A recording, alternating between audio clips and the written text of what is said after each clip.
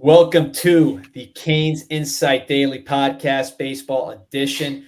We are here with Mr. Perfect himself, Javi Salas. It is the first show of the offseason. We're going to be keeping these pumping all offseason with the latest in the portal, recruiting, and I expect a lot of action. This is one of the most consequential off seasons in recent Miami history, given what we saw during the season. A lot of pressure, a lot of change on the way.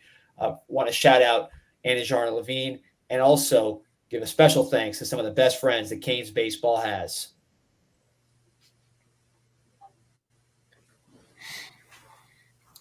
All right, Javi, we are back. We had a little bit of fun there at the end with the ACC tournament, a little bit of hope, a little bit of life after a tough season. And now it is the off-season time to reflect on what just happened and what's to come. So how are you feeling now that you've absorbed the whole year?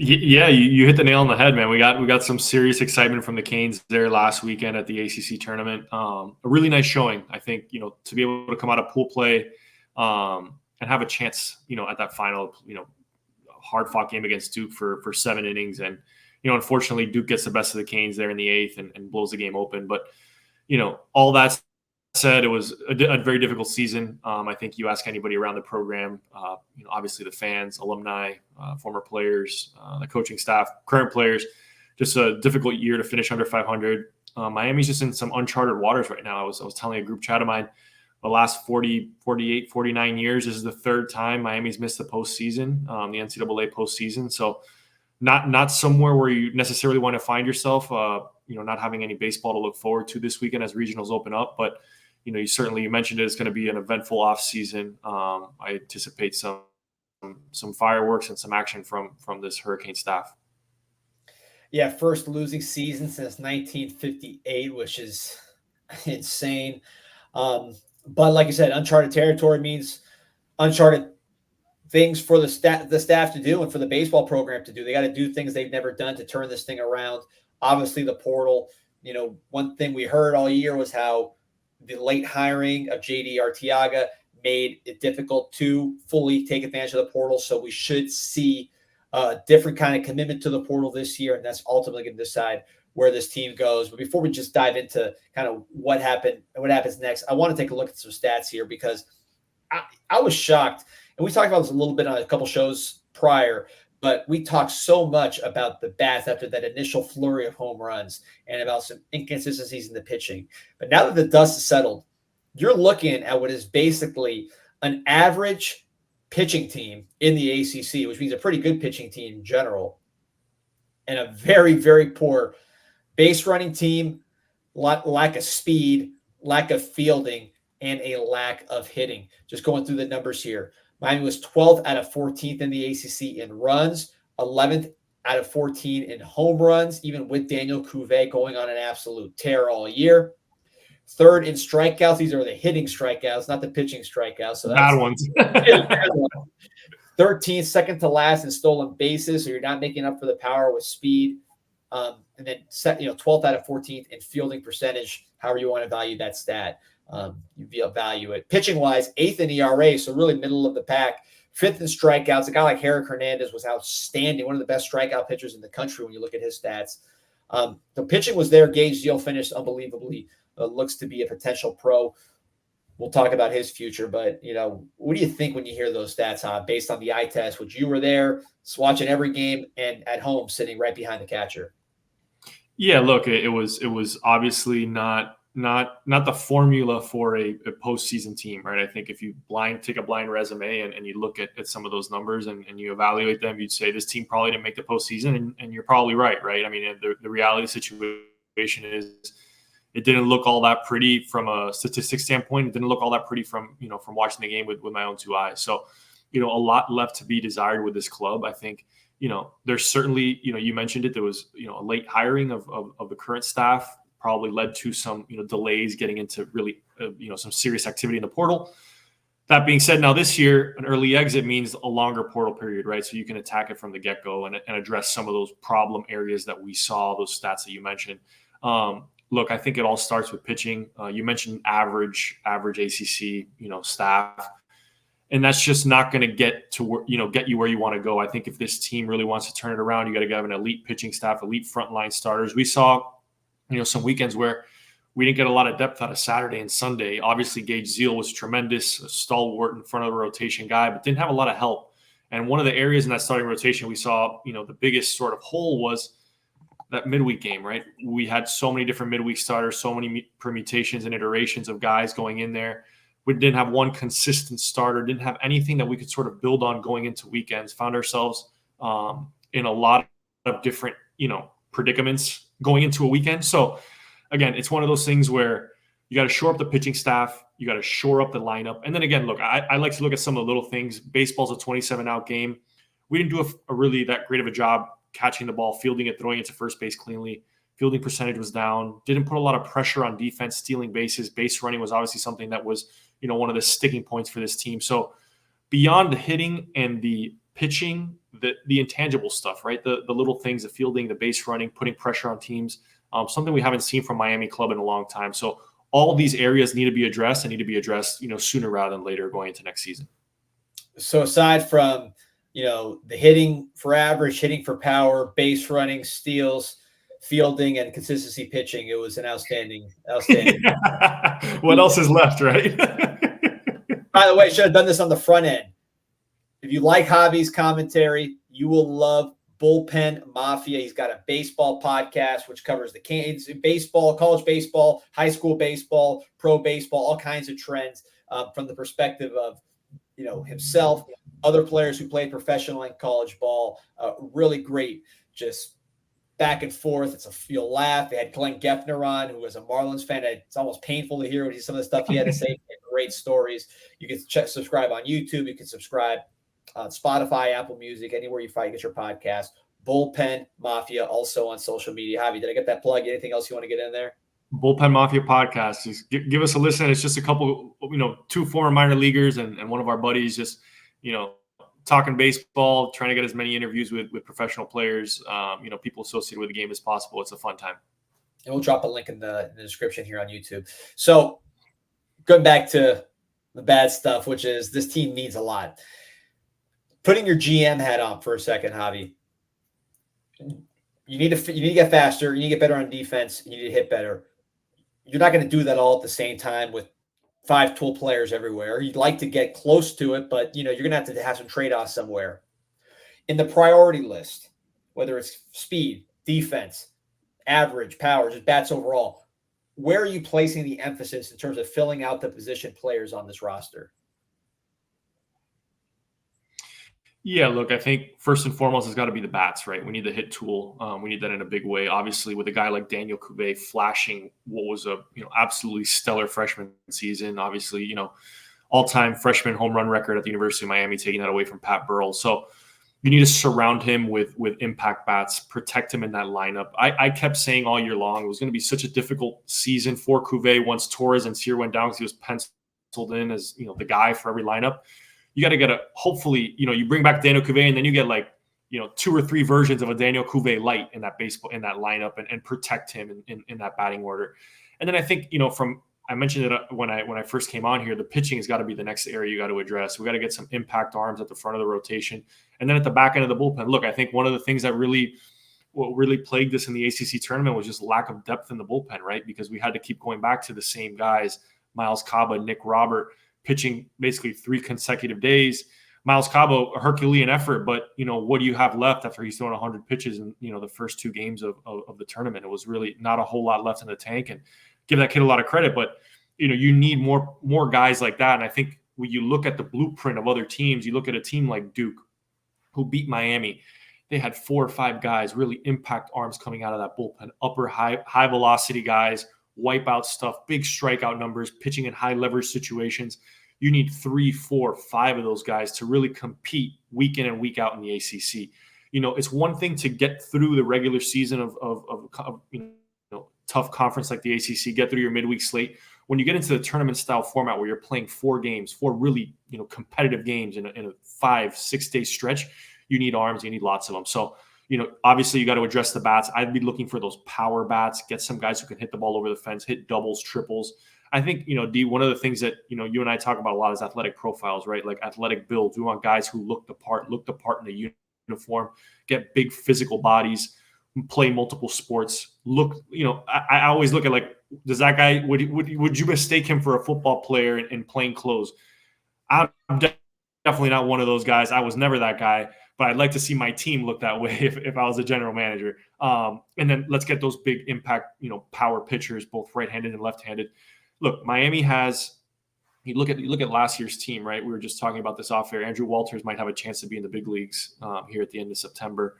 CJ Cafes is off to a tremendous start. Yo-Yo Morales is a top 100 prospect. So there's some serious talent. Those guys look the part. They fit the bill. We got to go out and get some of those type of style players to really fill in the gaps on this roster. And, Rosario, you mentioned that we always knew he had the arm, but now he's putting it together at the next level, at the professional level. So need to get more out of guys while they're here. And we're going to talk about some of those starting pitchers here. One guy that did give us everything he had, and it's hard to ask for anything more, was Gage Zeal. Obviously, he's going to have a decision to make. He will have an opportunity here in Pro Bowl. You are someone who was drafted, who played Pro Bowl for several years. Take us through the process for someone like Gage Zeal after the year he just had.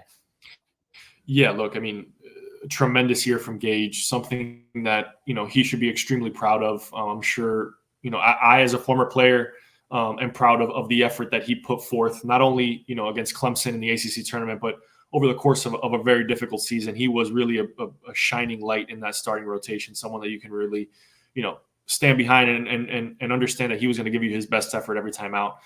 Gage is definitely going to get drafted. I think he probably made himself some money over the last couple of weeks just with the performances he had. I think, as an evaluator, as teams are looking at this portion of the season, how did he do at the end of a season after a long season? And it seemed like he got stronger. He got better as the season wore on. So something you definitely want in a starting pitcher. Gage is going to have a lot of options at his disposition. Look, I know I don't want to speak for anyone on the staff, but if for whatever reason Gage doesn't get, drafted where he wants to, I'm sure they're going to welcome him back with open arms. And, that Friday night spot will be his until he relinquishes it.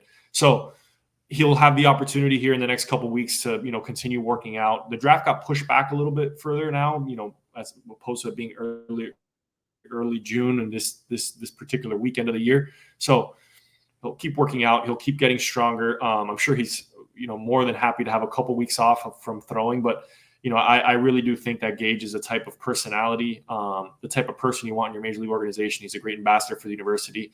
And I think, like I mentioned, he made himself some money the last couple weekends. I think, his performances, not only at the beginning of the year, but, most especially at the end of the year when all eyes were on him, were tremendous. And I think his draft stock definitely benefited from that.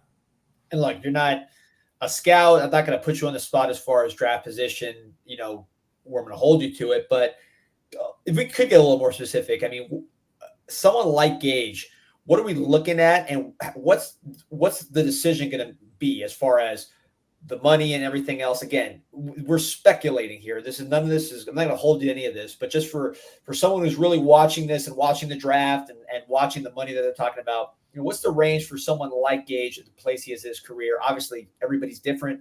Everybody's different financial situations, considerations, all the disclaimers I can give, but just a little more as far as what are you going to be watching when you talk about the draft and the money that is being offered? Yeah, look, I think as a junior starting pitcher, obviously has a lot of experience under his belt, has pitched out of the bullpen and as a starter. At the beginning of the season, truthfully, I had my reservations about him as a starter. He quieted all those personal reservations that I had. I think he definitely profiles as a starting pitcher. Good 3-pitch mix. What I like to see is he's really aggressive with his fastball, can command it to both sides of the play, which I think is something you really want to see in a starting pitcher. I still think there's a little room for growth in that velocity, right? I think we've seen major league organizations profile a pitcher and say, he may be at 93, 94 now, but we see something, there's something in his a mechanical tweak that we can make that can really escalate that velocity and see that, 96, 97, 98s, come out of that body type. So I think personally, Gage is probably a 4th to 8th rounder, something in that range. Again, I'm not super plugged in with the MLB draft, but I just think from a production standpoint, from a profiling that body type, understanding his projection. Look, if you get Gage Zeal in the 5th round, it's probably a steal for your organization. This is probably a guy you can put in high A right now, and he'll pitch with success. Like I mentioned, he can throw 3 pitches for strikes. Got a really good head on his shoulders, and then he understands how to pitch. I think that's the most important thing. He's pitched in a lot of big games, pitched in games where he had really no chance to win if he didn't go out and win it himself. So I think that that's something that he can, stand tall on and understand that he did do his very best here at the University of Miami. Pitch much better than I think we even could have imagined. And that's, putting it lightly, right? He had a tremendous season. So that's going to be something to watch, certainly for Canes fans. And by the way, we are going to be on every single week. We are not taking weeks off for the off season. There'll be so much portal stuff to talk about, so much recruiting stuff, and then the draft as it relates to guys in the portal, guys in the recruiting class, and certainly guys on the team like Gage Zeal. We'll talk about someone else that is in, a draft guy, a potential draft guy, but a different situation to me, which is Rafe Schlesinger. Gage really did fit the profile of a Friday starter when you look at the stats and some of the performances he had. Rafe, you look at the numbers, five wins, 5 losses, 5.83 ERA. Of course, the balls are flying out of the ballpark. These numbers don't mean what they meant maybe when we were younger, when you were playing, but still, not the best results in comparison to someone like Gage. 8.4 strikeouts per 9, which is good, but again, below what he had last year, mostly out of the pen. What do you see with Rafe as far as the decision to go pro and develop in the pros, or potentially stay and develop at the University of Miami? Yeah, that's going to be his big decision, right? Is understanding what the next level looks like in his development. And I think, from an outsider's perspective, I think he pitched well as a starter. I certainly think if I was an evaluator, I'd like him in the bullpen, that deceptive left-handed arm slot. The velocity probably ticks up a little bit in the bullpen. Good feel for his slider too. I think that's an out pitch for him. Rafe was kind of just learning on the job, and I think in a more perfect situation, you could have brought him along more slowly. But obviously, Miami just didn't have the starting pitching this year to really say like, "Hey, Rafe, let's ease you in from a midweek starter and then work your way into that weekend rotation." It was like, "Hey, Rafe, you're our second best guy right now. You're pitching on Saturday." So I think the trial by fire, he certainly passed the eye test in a lot of aspects. Now, the next step is, where do major league teams see him, right? I mentioned I see him as a reliever. I think there is an aspect that, he is probably a reliever at the next level. That's not to say that he can't start. Look, we've seen guys like Carson Palmquist, for example, deceptive arm slot, left-hander, pitched as a closer early in his career at Miami, comes back as a junior, has a tremendous season as a starting pitcher. I know I ate crow on that one. I thought he was better off as a reliever. He goes to the pros. He's in Double-A, playing for the Colorado Rockies organization, doing fantastic. I think he was an all-star last year. So what do I know, right? But look, if Rafe wants to come back and be a starting pitcher, I'm sure that's a conversation that he could certainly have with his staff. If he wants to come back and be a reliever, that's a conversation he could have with his staff. I think the options are open for him. Again, left-handed arms with that kind of velocity, they don't come around often. There is a track record for them to be starting pitchers. I mentioned Carson Palmquist. Now, what he has to decide is what you mentioned. Do I want to develop it, in a big league organization, or do I want to develop at the University of Miami? I'm sure all these conversations are ongoing. I'm sure it's a fluid situation. Look, Miami's out of the tournament, Memorial Day, something we haven't experienced in a really long time. So there is a little bit of runway before some of these decisions are put into, the ink dries on the paper. One guy that we've talked about on this podcast a lot, but is really interesting to me, especially as I'm just kind of watching the portal, looking at guys, comparing pitchers and things of that nature. Herrick Hernandez, when you really sit back and look at his numbers, kind of like Rafe, 3 wins, 7 losses, 6.14 ERA. Obviously, those don't, wow you by any stretch. But, man, he had 12.2 strikeouts per 9 innings. We saw him in the postseason, or the ACC tournament, and how dominant he was for stretches. Now that we talked about all the ups and downs with Herrick. We've talked about it pretty much every show, it feels like. Now that the whole body of work is there, that nice finish to the season, what do you see from him as you're penciling in the team for next year? Yeah, that's another question mark, right? We don't necessarily know what Herrick really is at this point. Obviously, the strikeout numbers jump off the page at you. I think that's something that we saw against Duke, right? Kept them at bay. Chris Pollard in his mid-game interview was kind of at a loss for words. He didn't really know how to attack Herrick Hernandez. And I think that that's sort of the Jekyll and Hyde of his entire season, right? Where we saw these flashes of brilliance. And then there's these flashes where he didn't have command of the strike zone, got beat, getting into hitters' counts. We saw him, susceptible to the long ball, the extra base hit. So I think the next step in Herrick's development is, again, is he a starter? Is he a reliever? Again, in this season, it's hard to evaluate what he really is because he was another one thrust into the weekend rotation. Not a place you want to get thrust into, especially in a really deep conference like the ACC. So we'll see how that development plan looks like. Again, he's one of those guys that probably profiles better as a reliever, just with that wipeout slider. I mean, who would want to, as a left-hander, who would want to face this guy coming out of the bullpen with that nasty breaking ball, nasty slider? So again, these are all questions that with a more robust roster, with a little bit deeper of a roster, you probably have a Herrick Hernandez pitching out of the bullpen. But this year was thrust into a weekend role. Unknown what that looks like next year, D. I think a lot of that depends on how aggressive Miami is, how they're treated with the draft, how many guys from that high school class, show up on campus August 15th or whatever the first day of school is. So a lot of moving parts. And again, this is kind of like the game of Tetris that this staff is going to play this offseason, where you got a roster on Memorial Day, you probably got a roster on July 4th, and then you got your final roster on the first day of school, right? So the transfer portal era has opened up a whole new layer of conversations that you need to have both internally and externally. And I think Herrick Hernandez is going to be, a big part of those. Now let's talk about some very good news here, which is we've talked about it every week, but now again, we can sit back and really look at the whole picture, which is Daniel Cuvée and the season he had, ultimately breaking Pat Burrell's freshman home run record. Look at the final numbers: 351, 736 slug, OPS 1165, 24 homers, 75 RBIs, and really good base running too, which I talked about a little bit last time. Every time I watch him, I'm impressed with his base running for how big he is. Now that he's broken Pat Burrell's record, and I know those stats are somewhat inflated these days, I'm in a group chat with guys like you, Harold Martinez, Chance Mack. I mean, guys who played at a high level, not just fans. And the way you guys talk about this guy, I don't think the hype is too much. How good can he be? Not just the sky's the limit. Like, really, I mean, what are we talking about here with a Daniel Cuvée? I mean, look, I'm wowed. I almost feel stupid for that pod we did in the middle of the year where I said that he was struggling and it was, going to be difficult for him in conference. And it's one of those things where this guy's so special. And again, I keep harping on the fact that he was in a lineup where he was on an island. He was a solo act. And I was shocked that teams were risking giving up runs at this point because he willed Miami to the semifinals of the ACC tournament as a freshman. Also there's just so much at stake when you're facing a guy like this, trying to understand, like, why are we pitching to him? And he's so dynamic. I think that's the thing that really sets him apart is power to all fields. We saw those balls flying out to right field. That home run against Duke was a curveball, not a bad pitch, D. You're looking at that pitch, and I'm a pitcher.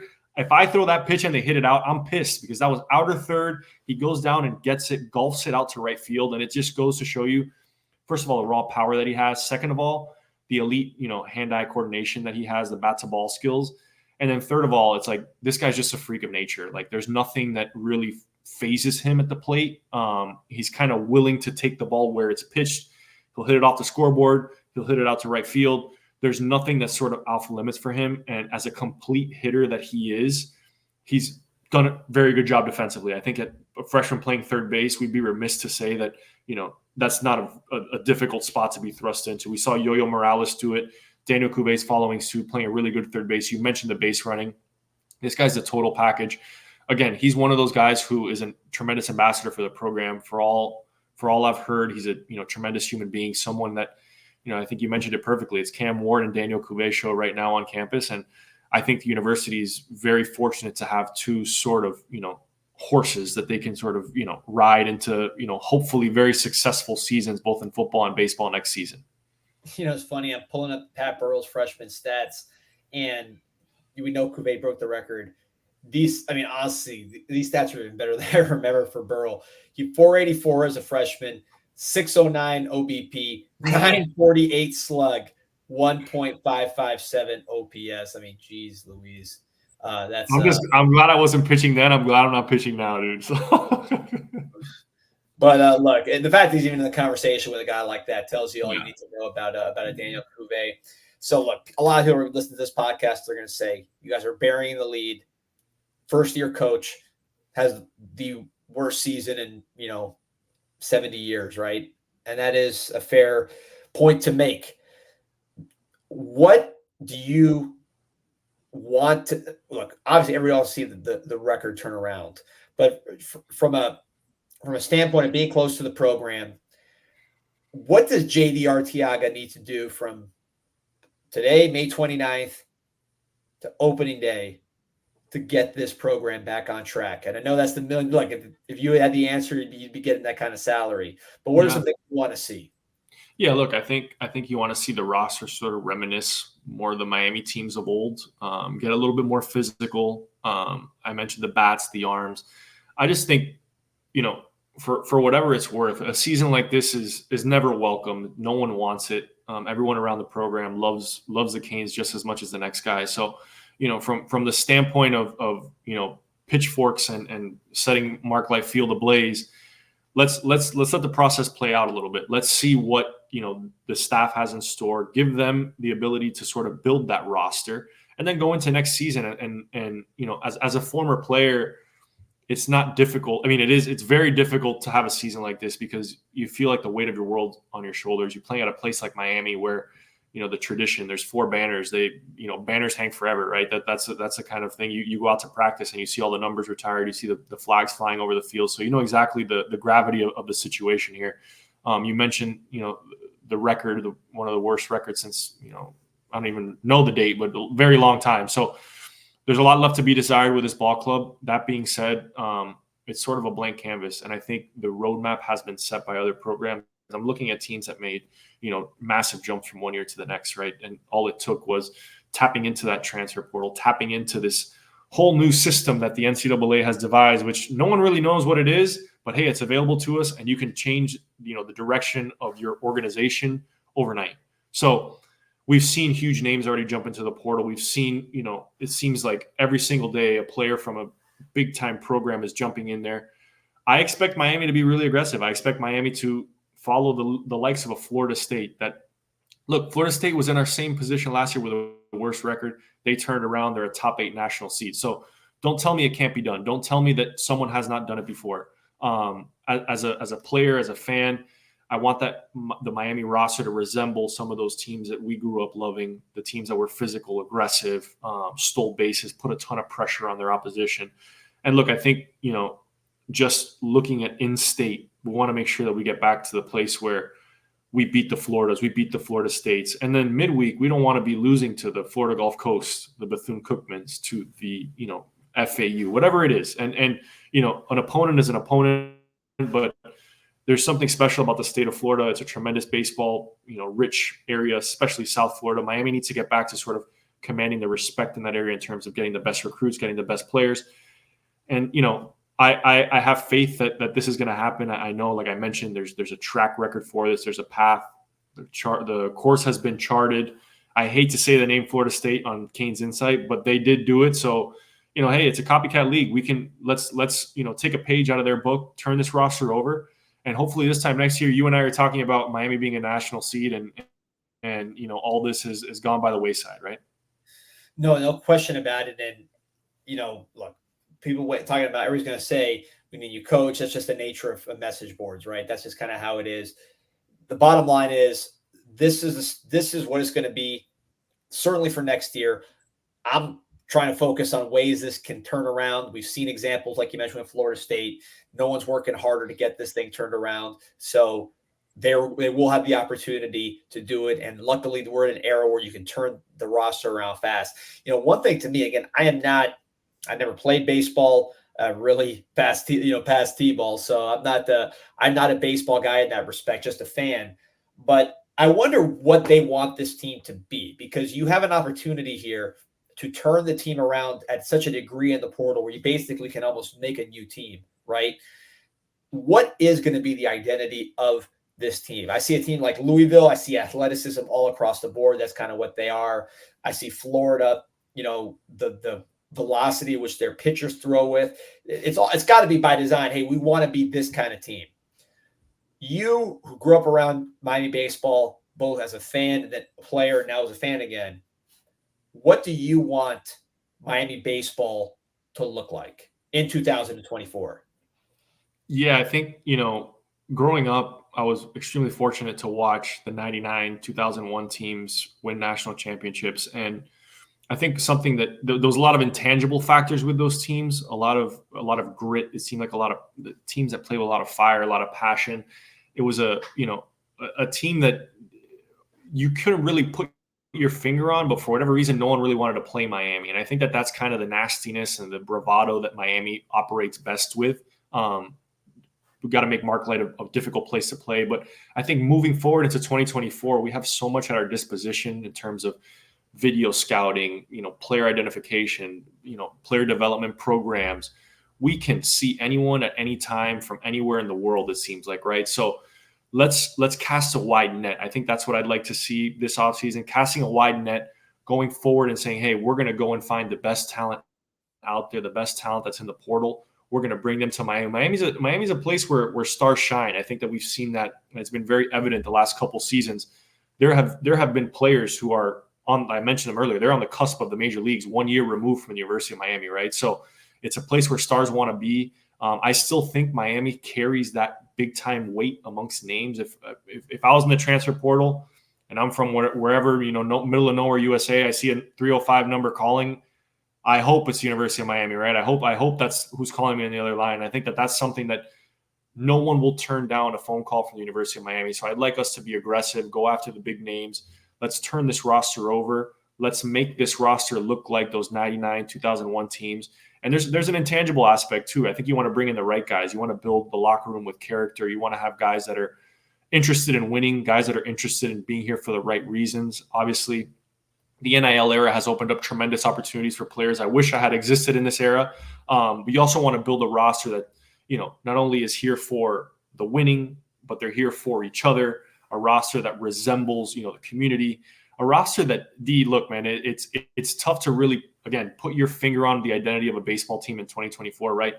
The transfer portal allows you to change it overnight. So if next year Miami wants to be a power hitting ball club, they can go out and get, the best power hitting guys in the country. And that's going to be your 1 through 9. Right. So I think it's going to be important for the coaching staff to understand this is what we want to be. This is the profile of player we want to go after, and then go and do it. And it's going to be a trial and error process. We've seen it in football, right? We've seen the Hurricanes roster change overnight, and Miami has now become a team over the last 2 seasons with Mario Cristobal. They got the best quarterback in the portal this year. Who knows what that looks like, right? When you have a good quarterback, the opportunities are endless. So, again, go get the best players, bring them into Miami. Miami still carries that weight, and make Mark Light Field a place that people don't want to go play at. I've been reading a book. Shout out to Jim Sala for this recommendation. The Wizard of College Baseball, of course, about Ron Fraser. Unbelievable book. We're going to try to get the author on one of these shows coming up. Can't recommend it enough. It's a real book. I mean, well-written, legit book. And one thing it talks about is the conversation between Schnellenberger and Fraser, where basically Schnellenberger took inspiration from Fraser to say, you can't do things at Miami like you do at every other school. You have to be different. You have to be ahead of the curve. You have to be unique. And Schnellenberger actually took that from the baseball program, which was successful first, to football.